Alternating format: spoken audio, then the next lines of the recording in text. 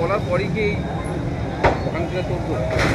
মাননীয় মুখ্যমন্ত্রী মমতা বন্দ্যোপাধ্যায় ওনার সরকারি নির্দেশ মেনেই আমরা অভিযানে বেরিয়েছি। আমরা প্রত্যেকের কাছে হাত জোর করে বলছি যে যারা ফুটপাতে যারা নিজের দোকানটাকে গোডাউন বানিয়ে নিয়েছে আর ফুটপাত সামনেটাকে শোরুম বানিয়েছে, আমি তাদের কাছে আবেদন করে তাদেরকে খোলার জন্য আমরা বিশিষ্টভাবে এই অভিযান।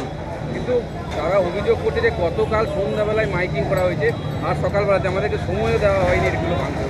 না আপাপর পশ্চিমবঙ্গ জুড়ে যেভাবে বার্তা আমাদের সরকারের পক্ষ থেকে আমাদের মন্ত্রী মাননীয় মমতা বন্দ্যোপাধ্যায় দিয়েছেন, তাতে তো সবাই খবর পেয়েছে, সবাই সচেতন হয়েছে। আপনি দেখতে পারতেন কাল নয় পরশু দিন থেকেও অনেকে নিজেরা খুলতে লাগছে। তো যারা নিজেরা খুলে নিয়েছে তাদের কাছে তো আমাদের কোনো অসুবিধা নেই, কিন্তু